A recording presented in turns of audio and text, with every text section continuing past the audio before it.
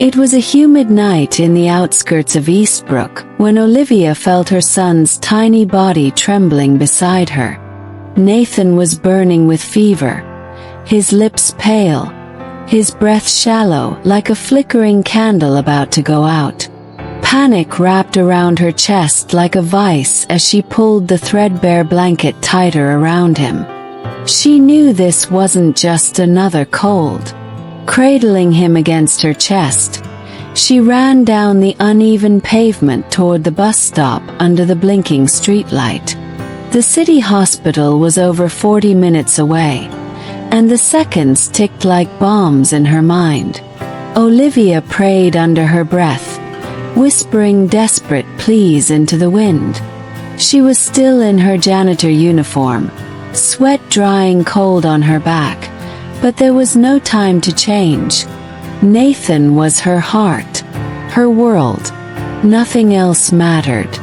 On the bus, blank faces stared as she rocked her fevered son.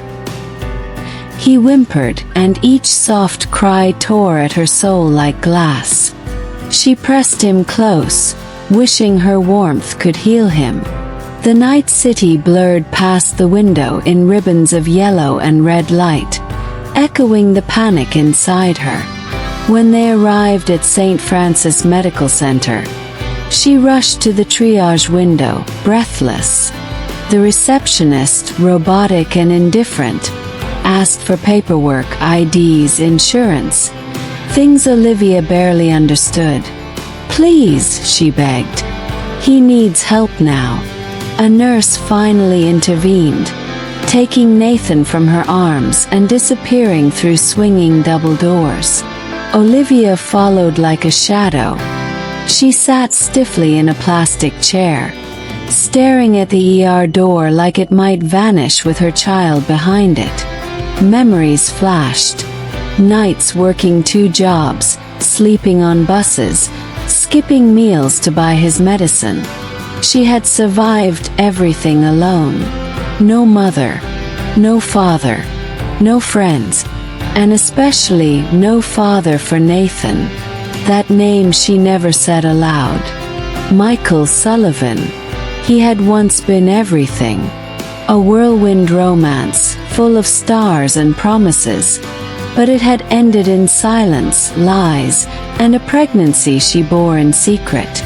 Olivia never told anyone. She wanted to protect her baby from that world, from disappointment, from the truth.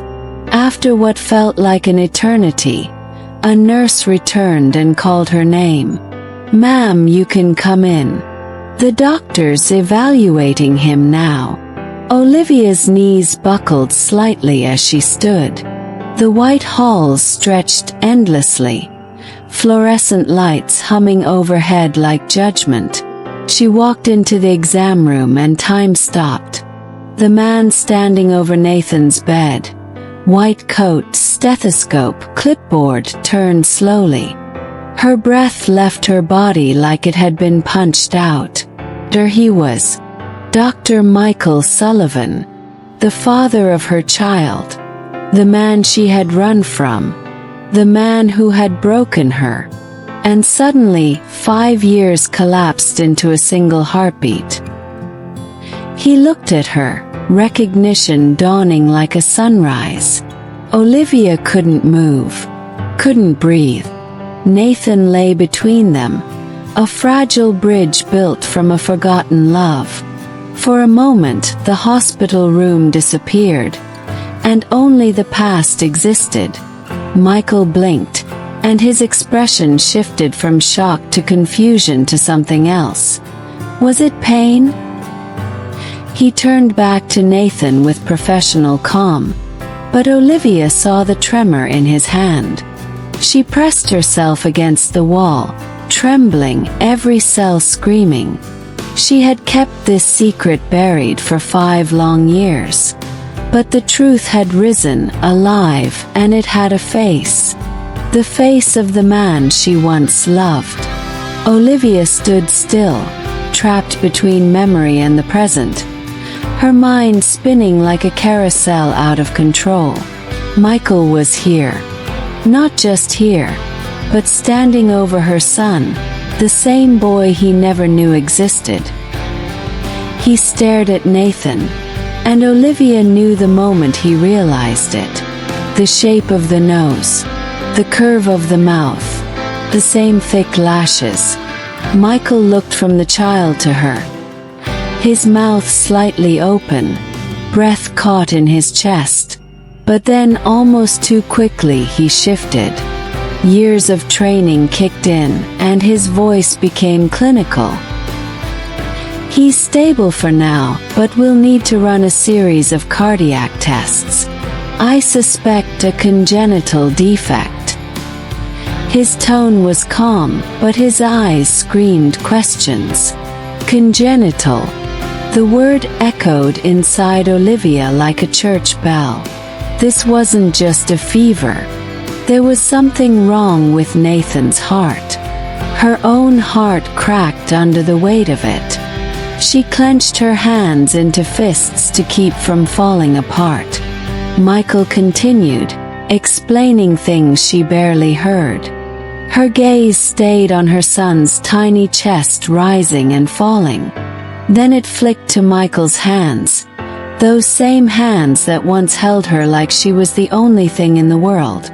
Now those hands might hold the power to save or lose their son. A son he didn't even know he had. Michael glanced at her. I'll oversee his care personally. Olivia felt a chill run down her spine. Why would he do that? He didn't know, did he? Or did he already suspect? She said nothing, just nodded, biting down emotion like acid. As the tests began and nurses floated in and out, she stayed rooted beside Nathan's bed. Hours passed. Machines beeped. She watched Michael from the corner of her eye. He moved with skill, but there was something off. Something unsettled. She knew him. Or she had. When Nathan finally fell asleep, Olivia stepped out to breathe. The corridor felt like a tunnel. She washed her face in the women's restroom, staring into the mirror like it might reveal the next move. Why now? Why him? She whispered. Her reflection didn't answer. Memories did. College nights in Boston, sneaking into jazz bars, kissing in the rain. Promises whispered under blankets. Then the silence. His sudden disappearance. He called. Whoa. Nothing. And when she learned she was pregnant, her calls went straight to voicemail. Eventually she stopped trying. She never imagined this night would come. Returning to the room, she found him waiting outside. His arms folded, face unreadable. We need to talk, he said. There was steel in his tone, but under it a crack. She hesitated. Everything in her screamed no. But the truth had already been set in motion. They walked in silence to the doctor's lounge. Inside, the hum of a vending machine filled the air like static. Michael sat across from her, elbows on knees. Why did you disappear? He asked. I searched for you, Olivia. My mother told me you had an abortion, that you moved to Canada, that you didn't want anything more to do with me. Olivia's breath caught. The lies. Course. His family had always hated her. Poor Latina from the wrong side of the tracks. She remembered how his mother glared at her during dinners. How his father barely acknowledged her existence. They had erased her. And Michael had believed them. A fresh wave of anger rose in her throat. But so did sadness. What could have been if he had just searched harder? If he hadn't believed so easily? She looked him in the eyes for the first time. Nathan is your son. He always was. Michael didn't speak. He didn't need to. The silence said everything. Michael finally leaned back in the stiff lounge chair, his hands buried in his hair as if trying to pull the memories from his scalp. His voice came out raw, unfamiliar even to him. "How old is he?" Olivia stood near the door, arms crossed tightly over her chest, her voice barely above a breath. 5. He just turned 5. That number seemed to echo in the air like a church bell. Michael closed his eyes for a moment, his mind spinning with a collision of timelines. Her disappearance, his endless searching, the unanswered questions that had followed him like shadows. When he opened them again, he looked older, not just from time, but from the weight of knowing he had missed half a decade of a life that should have been part of his own. 5 years. "I missed it all," he whispered, as if saying it made it real. He wasn't a man prone to regret, but this was unbearable.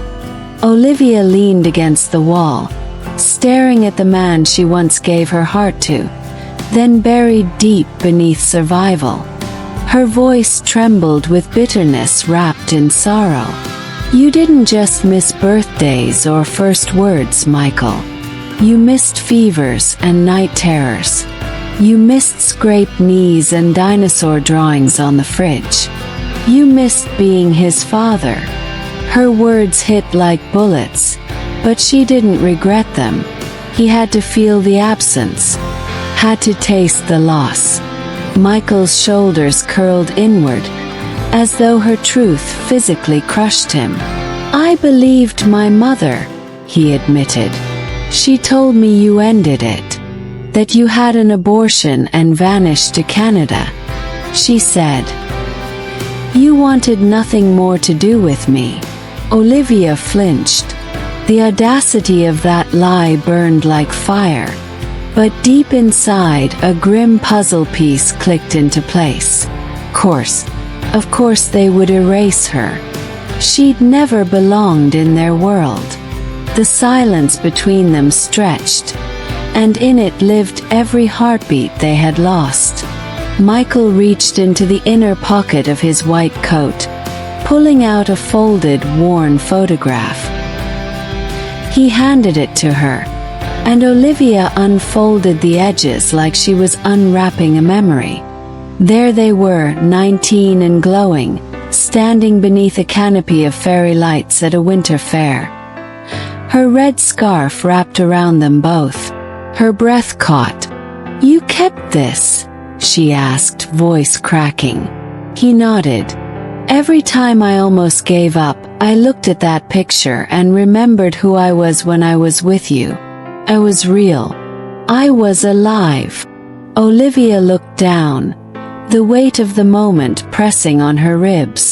"I never stopped loving you, Liv. I just thought you had erased me," he said. She didn't answer. Her silence was an avalanche of things too dangerous to say. Just then a soft knock came at the door. A nurse peeked inside. "Dr. Sullivan, the echocardiogram is ready." He stood immediately, regaining his professional posture, but his eyes lingered on Olivia. "Come with me," he said, his voice gentle now. Together they walked to the exam room, neither touching, yet bound by the child that waited for them. Nathan was awake, a tiny hand gripping a toy T-Rex. He looked up at Michael with a tilted head. "Are you gonna fix my heart, Mr. Doctor?" he asked with the simple bravery of a child. Michael knelt beside the bed, a smile playing on his lips despite the tremble. "That's the plan, buddy. We're gonna make it strong, just like you." As the echocardiogram began, the dim room lit only by the flicker of the monitor, Olivia stood close to the bed while Michael reviewed the scan with tight focus. The technician's voice came calm but steady. There's a malformation on the left ventricle. Blood flow is restricted. Olivia felt her stomach drop as if the floor had vanished. Her knees buckled slightly, and without thinking, Michael caught her by the waist, steadying her. She didn't pull away. "It's operable," he said firmly, his hand still on her back. "I've done dozens. But it needs to be soon." Olivia nodded, tears spilling now, quietly. Nathan looked up, confused. "Am I sick, Mommy?" She brushed his hair softly. "You're strong, baby. You're gonna be just fine." Outside the room, the fluorescent hallway buzzed with soft footsteps and distant beeping monitors. Olivia and Michael stood by the window, the city lights painting their faces in blues and silvers. "I want to be here for everything now," Michael said, his voice thick. "Not just the surgery, not just the hospital, everything. I want to read bedtime stories. I want to walk him to school. I want to be the dad he needs. And if you'll let me, I want to try again with you too." Olivia looked away, her heart a battlefield. "You hurt me," she whispered, "even if you didn't mean to." He stepped closer, his voice soft but sure. "Then let me earn back your trust. One day at a time. One moment at a time." She didn't respond with words, only a small nod as her fingers brushed his. The hospital's surgical wing was eerily quiet that morning, the usual flurry of activity dulled by the tension pressing against every wall. Olivia sat in the family waiting area, her fingers clenched around the edge of a styrofoam cup of untouched coffee. Her eyes were fixed on the double doors where Nathan had been wheeled through just 30 minutes before. Michael had entered behind the gurney, not as a desperate father this time, but as part of the surgical team. A mask of sterile professionalism had settled over his features, but Olivia had seen the flicker in his eyes as he passed her. A promise. She whispered a prayer, barely audible. "God, I can handle heartbreak again. But not losing my son." Her voice cracked at the word son. She had faced everything life threw at her, alone. But nothing prepared her for this waiting. Time slowed. The wall clock seemed cruel in its deliberate ticks. Every sound made her jump. Footsteps, a cart, even someone sneezing behind her. Her thoughts became a carousel of what? What if the defect was worse than expected? What if Michael's hands trembled at the wrong moment? What if she had made a mistake trusting him with Nathan's life? She stood, paced, sat, stood again. She tried to distract herself by scrolling her phone but ended up staring at a photo of Nathan in a superhero cape, face painted, roaring like a lion. Her little warrior. Olivia pressed the phone to her heart. The weight of everything that could go wrong was suffocating. Tears welled up again, but she blinked them back. She had to believe. The surgical lights were bright, sterile, unfeeling. Michael stood above the small, fragile body of his son, gloved hands moving with practiced precision. Every heartbeat was magnified in his ears. Every beep of the monitor felt like it echoed in his chest. He had performed this exact surgery before, but never on someone who shared his blood. Never on someone whose tiny hand had held his own with such trust. The lead surgeon gave a nod. "Dr. Sullivan, you're clear to proceed." He breathed in deeply and began. For the next 2 hours, the world narrowed to arteries, incisions, and rhythm. In his mind, he prayed without ceasing. For guidance. for forgiveness, for another chance to be the man he should have been all along. Back in the waiting room, Olivia noticed someone approaching. Woman. Impeccably dressed, hair perfectly styled, heels clicking with confidence. Olivia recognized her instantly. Diane Sullivan, Michael's mother. The very woman who had lied, manipulated, and broken a family apart. Olivia stood slowly, back straight, eyes like daggers. "What are you doing here?" Diane didn't flinch. "I came to see my grandson." The audacity of the statement left Olivia breathless for a second. "You came to see the child you tried to erase." Diane looked away, just briefly, but Olivia caught it. Crack in the armor. "I made a mistake," she said. Olivia stepped forward. "No, Diane. You made a choice. And you don't get to rewrite that choice just because it's convenient now." The confrontation escalated. Diane tried to play victim, paint herself as a misunderstood mother trying to protect her son. But Olivia had no patience for veiled cruelty. "I raised him alone. I fed him, bathed him, carried him through every fever and fear. You don't get to skip the hard parts and claim the good ones." Diane, for the first time, seemed genuinely shaken.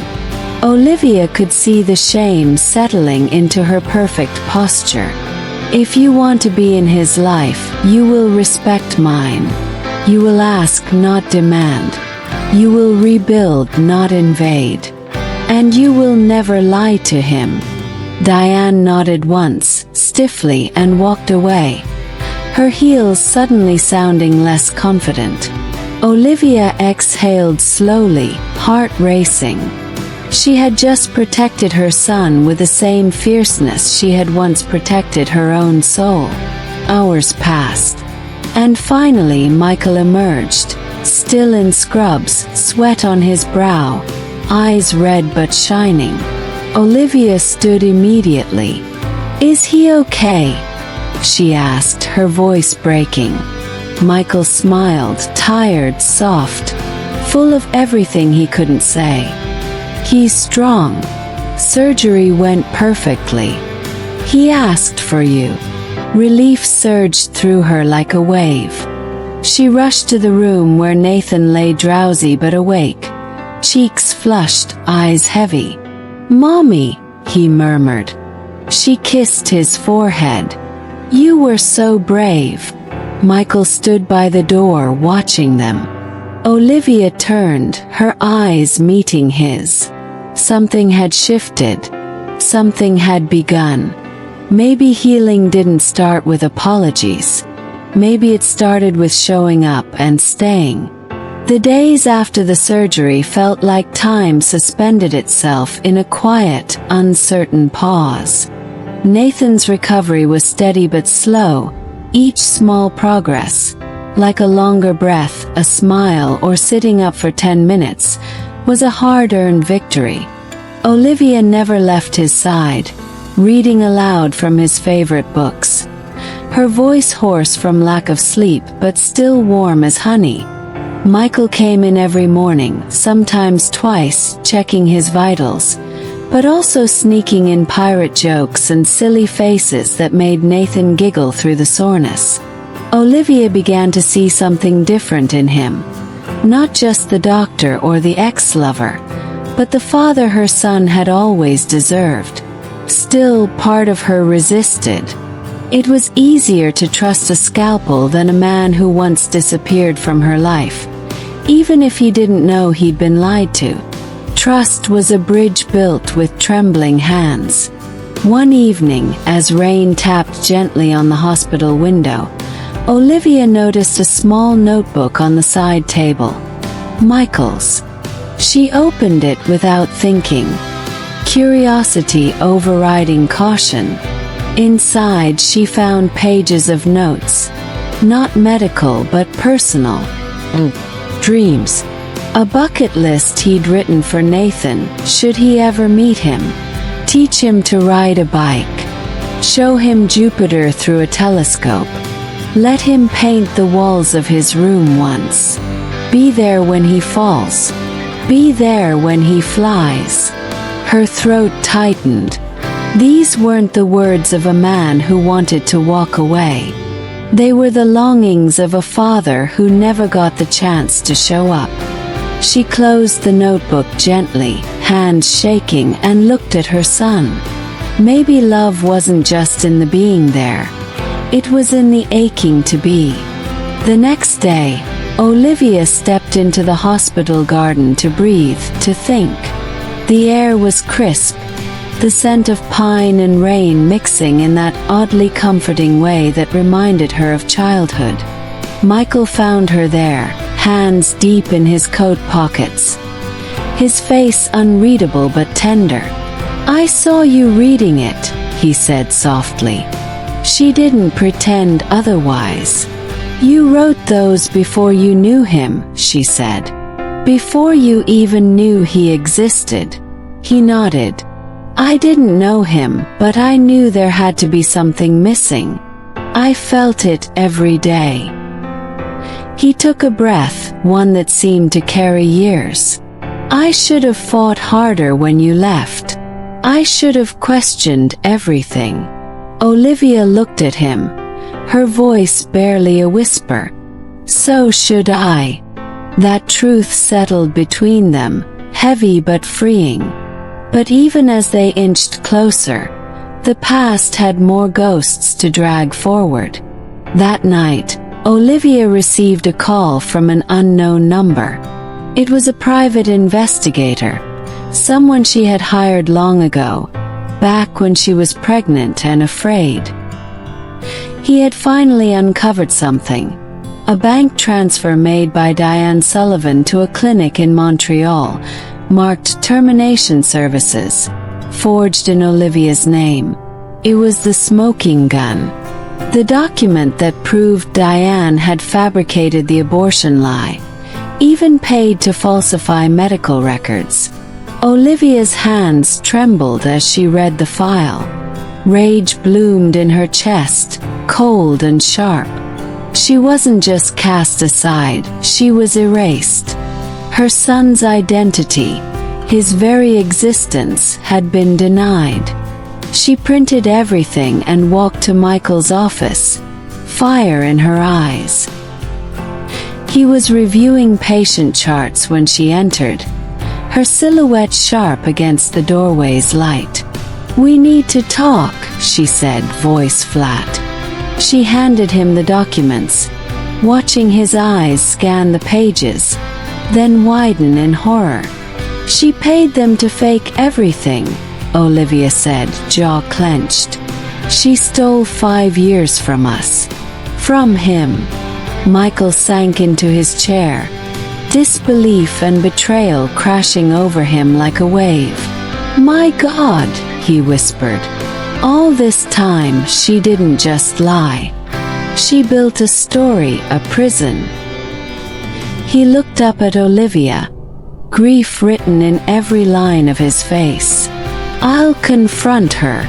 I'll cut ties if I have to." Olivia crossed her arms. "Don't do it for me. Do it for him. He deserves to grow up knowing truth. Not money, not control, not the illusion of love." Later that night, back in the hospital room, Nathan stirred and called out softly in his sleep. Olivia sat beside him, holding his tiny hand, but her eyes were on Michael standing in the doorway. He had a new look in his gaze. Not just regret or longing, but resolve. "I want to raise him with you," he said. "Not just weekends and birthdays. Every scraped knee, every math test, every bad dream. I want to be there." Olivia sighed, leaning back in the chair. "That's a lot of years to make up for, Michael." He knelt beside her, eyes locked onto hers. "Then let's start now. No more lies. No more stolen time. Olivia looked at him, her walls slowly crumbling. One condition, she said. You show up tomorrow. And the day after. And the day after that. Michael smiled. I'll never stop. Nathan had returned home 2 weeks after the surgery, and the apartment felt more alive than ever, and messier.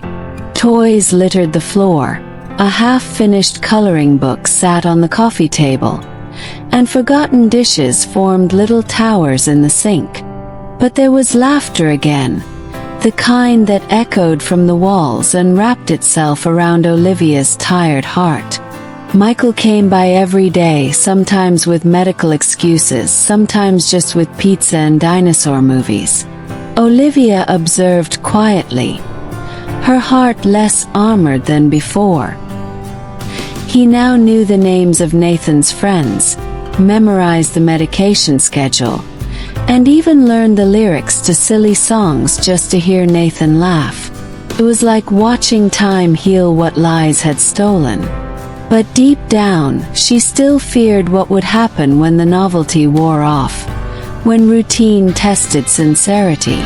On a quiet Sunday afternoon, while Nathan napped on the couch with a foam sword in hand, Olivia and Michael stood side by side washing dishes.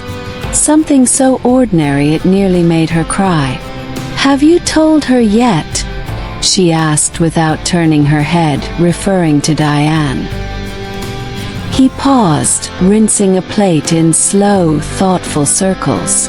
I did. I showed her the documents. I told her everything. Olivia waited, arms still soaked in suds. She tried to play the victim again, didn't she? Michael nodded, a small sigh escaping. She cried, claimed she just wanted what was best for me. But I told her, she doesn't get to rewrite the past now. He's out. Permanently. Olivia exhaled through her nose, something sharp softening behind her eyes.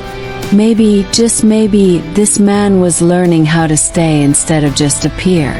The following days brought small, quiet victories. Nathan returned to school wearing a tag that read Heart Warrior, and Michael walked him in hand, face glowing with quiet pride. Later that day, Olivia returned home to find flour all over the kitchen, dinosaur-shaped cookies in the oven, and 2 boys, one big, one little, both wearing aprons that read baking is rawsome. She leaned against the doorway and watched without interrupting. For the first time in a long time, she saw a version of home that wasn't just survival. It was joy. Michael noticed her watching and winked. You coming to help before the raptors take over? He asked. She laughed, shaking her head, and joined them. The kitchen smelled of vanilla and new memories. Life was no longer something she endured. It was something she was beginning to build again. One crisp evening, after Nathan had been tucked into bed, Michael invited Olivia to the rooftop of the building. The city below sparkled, and the sky above was a blanket of stars. Michael pulled out a small velvet box. Wait, he said quickly, seeing her expression. It's not a ring. Inside was a necklace, a silver charm shaped like an N, next to a tiny heart. This isn't about rushing into things. This is about showing up, about being here every single day. I want to build something real with you, with him. No paperwork needed, just presence. Olivia held the necklace like a relic. You've really changed, she said, not as an accusation but as awe. Michael shook his head. No, Liv. I've just finally become who I was supposed to be all along. The next morning, Nathan woke up excited for the school's science fair. Michael showed up wearing a matching t-shirt with the words Team Dino Heart. And Olivia couldn't stop laughing. It was ridiculous and sweet and perfect. As they waited for the elevator, Nathan suddenly looked up and asked, "Are you guys gonna get married someday?" The hallway went silent, but it wasn't awkward. It was beautiful in its uncertainty. Michael crouched beside him. "Maybe if Mommy wants that. But what matters most is I'm not going anywhere. Ever again." Nathan nodded like it made perfect sense. And the elevator doors opened. Inside, Olivia reached for Michael's hand. Not with fear or hesitation, but with a slow, growing hope. This was no longer just about healing the past. It was about writing a brand new chapter with courage and care. That night, after dinner and bedtime stories, Olivia found herself journaling, something she hadn't done in years. "Today I saw a man love without needing to be forgiven first. I saw a child laugh after surviving the unimaginable. I saw myself letting go of armor I thought I needed forever." She closed the book and stared out the window. City lights flickering like stars made for dreamers. On the couch, Michael had fallen asleep, still wearing his Dino Dad shirt, a half-eaten cookie in his hand. She covered him with a blanket, kissed his forehead gently and whispered, "Maybe we really do deserve a happy ending." And for the first time, those words didn't feel like a wish. They felt like truth. Not just a finale, but a foundation. And then came the moment that sealed it all. As Olivia turned off the lights and prepared for bed, she paused at Nathan's door. He was sleeping peacefully, one hand curled around the necklace Michael had given her earlier that day. Somehow, he had taken it and held it close, as if understanding its meaning even without words. Olivia felt a tear trail down her cheek, not from pain but from release. She realized then, love isn't a guarantee, but when it fights its way through lies, absence, and fear, it becomes something unshakable. Michael hadn't saved her. She had saved herself. But he had shown up for the second act. And this time he brought a script worth reading. The sun was setting behind the city skyline, casting golden hues across the apartment where Olivia, Michael, and Nathan sat tangled in quiet conversation. The air was thick with unspoken emotions, each one dancing on the edge of vulnerability. Michael cleared his throat, his gaze steady yet tender. "There's something I've never told you," he began, voice low but urgent. Olivia's heart skipped. This wasn't just a confession, it was a turning point. Nathan looked up, sensing the gravity but too innocent to understand fully. "What is it, Daddy?" Michael took a breath and met Olivia's eyes. "I wasn't just looking for you all these years. I was looking for myself." Olivia blinked, confused but captivated. He continued, "When I lost you and didn't know about Nathan, I fell apart. My mother's lies became my prison. I became a doctor, yes, but it was to run from the man I was without you. I thought I could fix others while I was broken inside." Silence wrapped them like a shroud, the weight of his words settling deep. She reached for his hand, their fingers intertwining like vines reclaiming lost ground. "You're here now," she whispered, voice thick with tears and hope. "That's what matters." But Michael's next words twisted the knife and unwrapped a miracle. "There's one more truth. Nathan's heart was never meant to be sick." The revelation stunned Olivia. Her breath caught in her throat like a bird trapped in a storm. "What do you mean?" she asked, voice barely audible. Michael pulled out a letter, crisp but worn at the edges. A long-forgotten note from a specialist overseas, one his mother had hidden. The letter detailed a rare but treatable condition misdiagnosed as congenital. "His heart was strong all along," Michael said softly. "His illness was a lie born from fear and manipulation. The real battle was keeping him safe from shadows we didn't even know existed." Olivia's mind reeled.